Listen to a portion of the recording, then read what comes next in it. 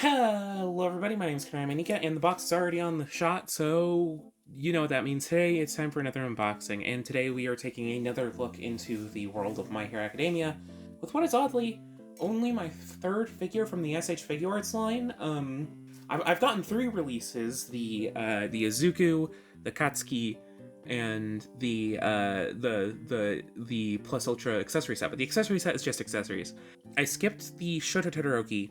And while I have ordered Ochiko Raraka, mine hasn't arrived yet. It'll be here soon, it'll be unboxed soon, but the next release I've got in hand is the S.H.Figuarts My Hero Academia Dabi. I'm fine with showing the box right here, right now, because, well, this is a shipper box. Its initial release, at least in Japan, is a premium Bandai release, so it's in the premium Bandai shipper box. Which is this brown S.H.Figuarts, the Tamashii web shop, barcode Dabi right there. Case is for the purpose of shipment. And on the back, S.H.Figuarts, Dabi, another barcode, Bandai Namco right up there. But in, like, America, it seems to be general release, so at least, like, you can get it on, like, Amazon and shit. Or, like, whatever online shops you buy S.H.Figuarts at.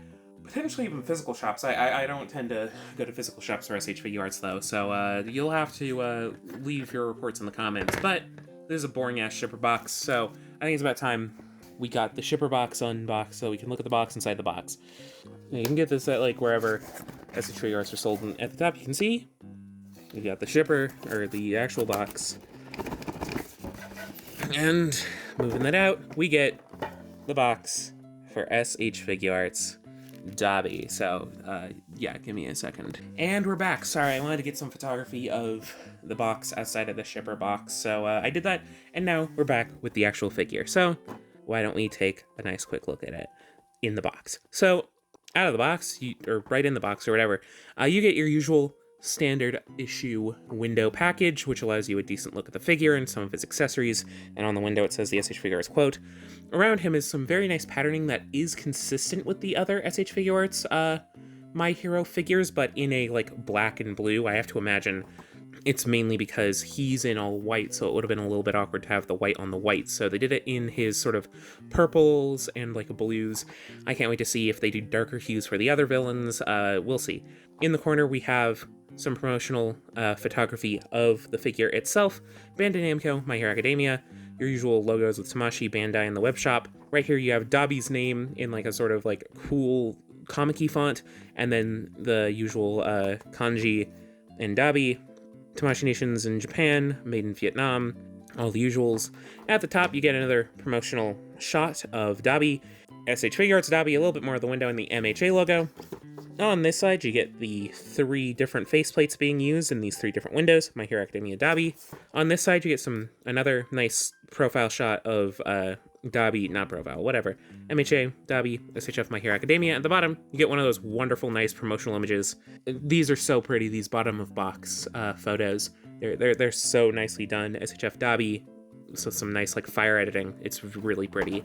And on the back, you get your usual promotional shots. MHA in the background. Information about the super style and heroic action of S.H.Figuarts, super modeling, a bunch of promotional shots of him using his accessories, super action, that nice bit of promotional imagery, whatever. This is where the legalese is and the sticker for the American release. That's the box, so why don't we get this thing unboxed? Also, this is a video for adult collectors. From the side. Slice that open. Open up the box, and inside we get, it uses instruction manual, so this is like an extra flap in the back. So there is an instruction manual to show you how to use all of his accessories and his articulation and whatnot. Everything he comes with. Swapping out the hands for the flame hands. Swapping out the faces. Warning, deform, cool. And out of the box, here's the tray with everything that the set comes with, which is a fairly decent amount, though. I kind of wish there was a little bit more given his high price tag. Whatever. Anyhow, I managed to snag this, so let's take a look at everything individually, why don't we? Ooh, that came out nice and easy, so that's good. So first off, I guess we'll go over normal hands, so first off, he comes with 3 sets of normal hands, as well as 2 special flame effecty hands. So first off, we get these. which look nice. They're nice and splayed out. He has fists on him out of the box. He comes with these splayed out hands, which are nice and intricately detailed thanks to the scarring around his wrists, because he burned himself as a child. It's the spoilers, whatever. He's Toya Todoroki. Who cares? Yeah, I really like the sculpting and the painting on the burned bits, as well as the little intricate paintwork on all of the staples that are holding his body together. It looks nice, and these are some nice splayed out hands. And he has even more splayed out hands, because he does a lot of dancing and a lot of splayed out handiness, which again have a lot more of that wonderful detailing. I've got a little bit of like paint slop on this one, but that's livable. I can probably scrape that off. But a lot more of the same, just way more splayed out, which I guess makes sense. And then he has some like grippy kind of hands, not gripping hands, but like grappling hands. Once again, with the same sort of nice detailing, which looks very nice. And then you get two flame effect hands, which are the main draw, I think, here. We have these two, which are just fully engulfed, meant to be him like punching or whatever with his fire powers. Some nice, wonderful blue. I kind of wish there was a little bit more, I guess, like paintwork on it, kind of akin to the S.H.Figuarts Portgas de Ace. But they look nice, they're nicely sculpted, and I'm sure they'll fit in fine with any other blue flame effects you have from Tamashii Nations. But the nicest ones are these, the sort of like starting to spray out his flames effect parts. On the back, they got the usual painted detailing. At the front, you can see just the way that it's splaying through the fingers is just so pretty, and it's such a nice rich blue too. It's so nice, and you get a pair of those, which is nice. And from there, outside of the normal smiling face you get on the figure, you get two more faces. There's a little bit of a lacking variety in this figure, but you get sort of like a laughing face, which, first off, these faces have a ton of detail. Some nice silver painting on all of the little staples all throughout his face. I love the inner mouth detailing, and then the nice sort of wrinkly sculpt of the burns. His eyes being very nicely done as well. I like his earrings also. It's so well done. I can, like, that detailing is probably why it's P Bandai, but whatever. Yeah, it looks very nice. And then alongside that, another very similar face is his sort of maniacal mad face. A very fun expression. I like the differing in the eyes. It's a slightly different mouth. I think it's slightly less wide, but it's still also nicely done. You have all the nice detailing. I've seen some people's with bad QC where they aren't fully painted, but mine thankfully avoided that. But yeah, that's all those accessories. That's all of his accessories. I kind of wish he had more flame effects, but I'm glad that he has at least some, and maybe some more variety in the faces, maybe some angrier faces or something. But those are most of Dabi's accessories, or all of Dabi's accessories, and I'm sure you could find other blue flames to work with him, but the main thing we're here for is itself. So why don't we take a nice long look at the S.H.Figuarts Dabi. So take him out. He's got a little bit of plastic right here. As you can tell, this is his late stage look, his like final season 7-ish era look. I know he doesn't really show up in the final season. You know what I mean. The final battle look where he's all in white, and it looks pretty resplendent. I do think the black suit is a little bit more iconic and would have had a little bit more extra detailing that may have made the price a little bit more worth it. But they do the white sort of trench coat, torn up trench coat quite well for this figure. Plus he has all of his burning. It looks nice. I do kind of wish there was a little bit more of a wash on this to make it look a little dirtier, but it's livable. But yeah, let's take a closer look at this figure.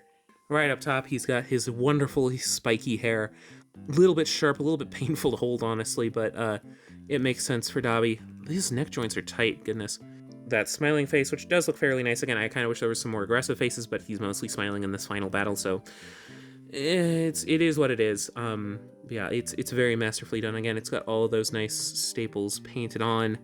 Mine thankfully doesn't really have any major QC issues, so that's nice to see.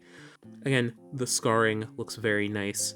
For some, it's a little shiny. I think it generally works, and it does generally match up fairly fine. The chest skin tone is a little bit off. It's not the most noticeable thing in the world, but it is annoying. But I do like that they still continued the staple detailing all around there, and then the jacket is sort of an overlay on top of that, so that does look very nice. There's a little bit of gappage from what I've seen where you can kind of see the inner body thanks to the overlay, but it's whatever. Here's the back. I really like the way the collar is sculpted. It has a nice tattered feel to it.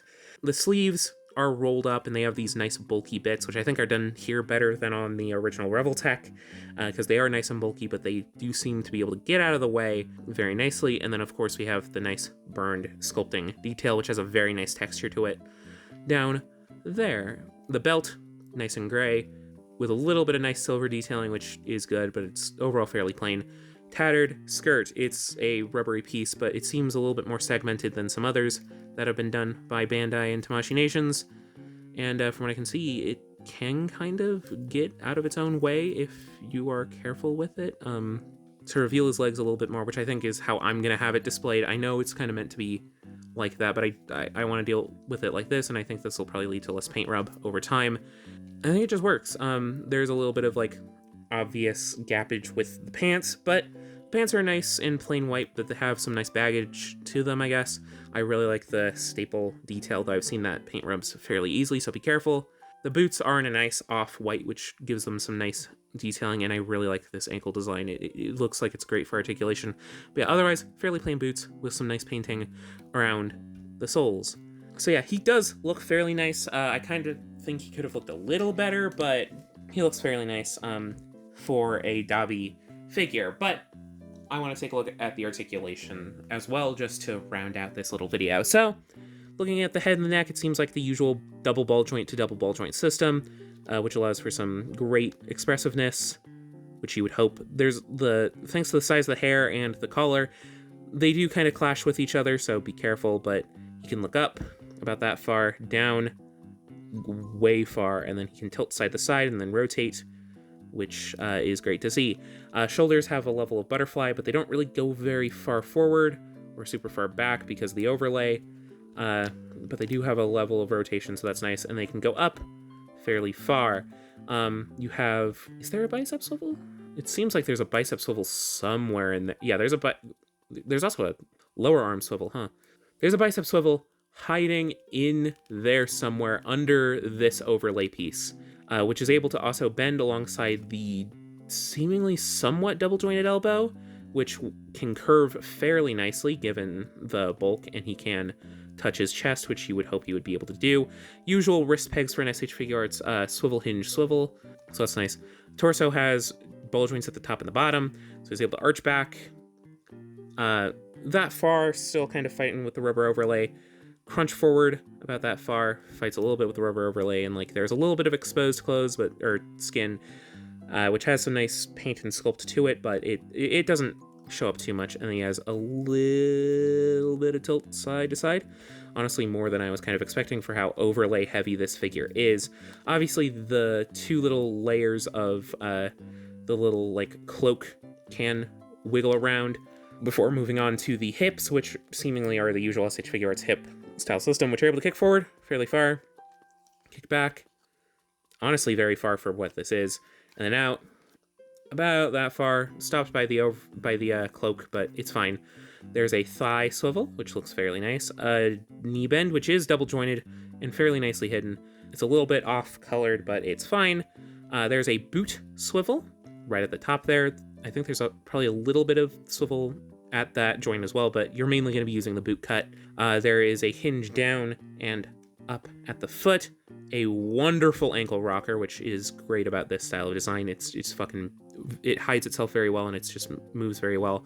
And then you have a toe bend. So obviously he could move better if he didn't have as much of an overlay, but yeah, he works fine. And I mean, like, he wasn't necessarily my top anticipated figures ever, but this is very much a completion sake figure. I don't think he's going to be your first move, and I imagine for many people the Reveltech Dabi is going to be the one that they prefer getting because it's a lot more in line with his iconic look, and it's able to get its cloak pieces out of the way a good bit easier. But this one isn't the worst, as this sort of final season era, this sort of like big final battle era Dabi, he does work fairly nicely, and he does do pretty decent justice to the design overall, though it is not my favorite of my Hero Academia figures that I've gotten. But yeah, he's enjoyable enough. So, I don't know, a light recommend. Don't necessarily go after him as the only one, but he does seem like he'll fill in fairly nicely for your collection of the League of Villains. Yeah, I hope you enjoyed this video. Anyways, if you did, let me know with all the usual stuff. Like the video for a quick and dirty way of doing it, or leave a comment. Let me know what you think of the video, what you think of the figure, what you think of the character of Dabi, what you think of the series My Hero Academia. Whatever you feel like commenting, go ahead and comment it down below. If you want more content like this, I do have some My Hero Academia videos backlogged on the channel already, so do check those out if you want to. Plus, there are more that'll be coming in the future. Clearly, I already know that the Ochiko Raraka should be on its way soon, so hopefully that video won't be too long in the making. So be sure to subscribe so that you know when that video comes out. But otherwise, yeah, I hope you enjoyed the video, and I'll see you around next time. Bye-bye!